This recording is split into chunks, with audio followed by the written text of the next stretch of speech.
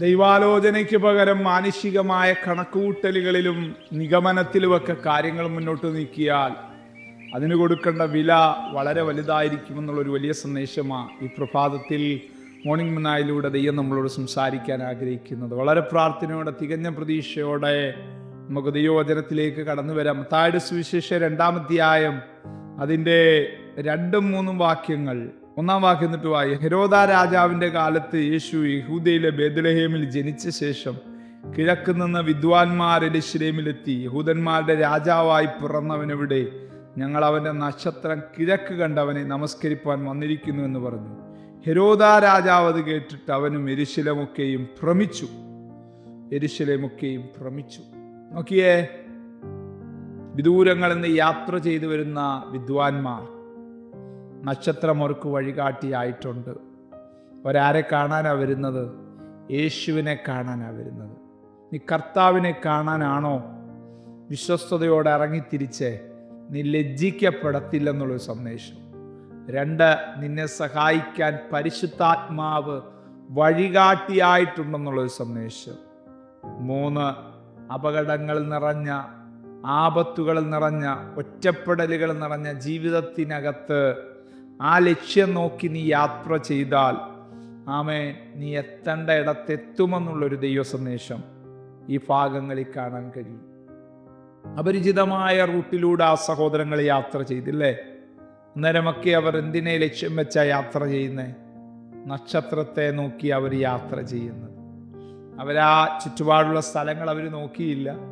കാടും മേടും വയലും പറമ്പും ഒന്നും അവർ ശ്രദ്ധിച്ചില്ല.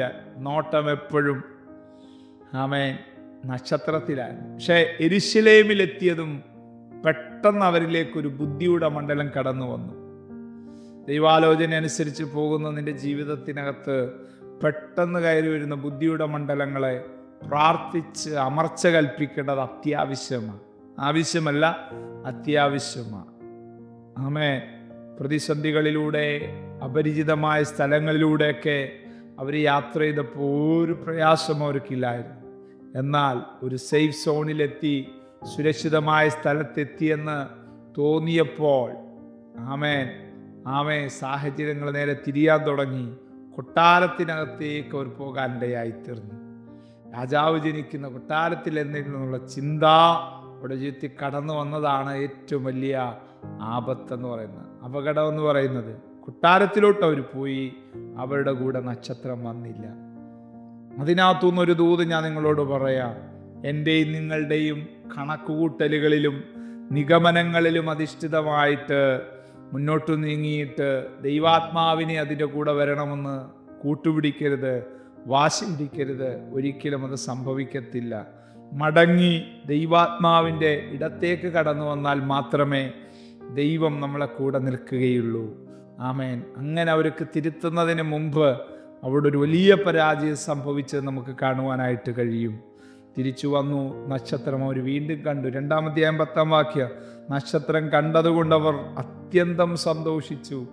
റൂട്ട് മാറിപ്പോയെങ്കിലും മടങ്ങി വരാൻ അവർ കാണിച്ച ആർജവം, മടങ്ങി വരാൻ അവർ കാണിച്ച ആ മനസ്സ്, അതൊരു വലിയ കാര്യം തന്നെയാണ്. തെറ്റുപറ്റി എന്ന് എനിക്ക് നിനക്കും ബോധ്യമായാൽ ആ തെറ്റ് ഏറ്റുപറയാനും അനുദപിക്കാനും മാനസാന്തരപ്പെട്ട് വിധേയപ്പെടാനും എനിക്ക് നിങ്ങൾക്ക് കഴിഞ്ഞേ പറ്റൂ. അങ്ങനെ കഴിയുമ്പോഴാണ് നമുക്ക് തിരുത്തൽ വന്ന് മുന്നോട്ട് പോകാൻ കഴിയുന്നത്.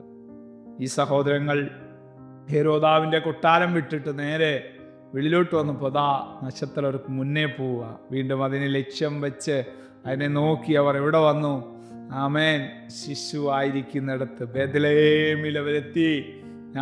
അവിടെ വായിക്കുന്നൊരു പദമുണ്ട്, ആ വീട്ടിൽ ചെന്ന് ശിശുവിനെ അമ്മയായ മറിയയോടുകൂടെ കണ്ട് വീണവനെ നമസ്കരിച്ചു.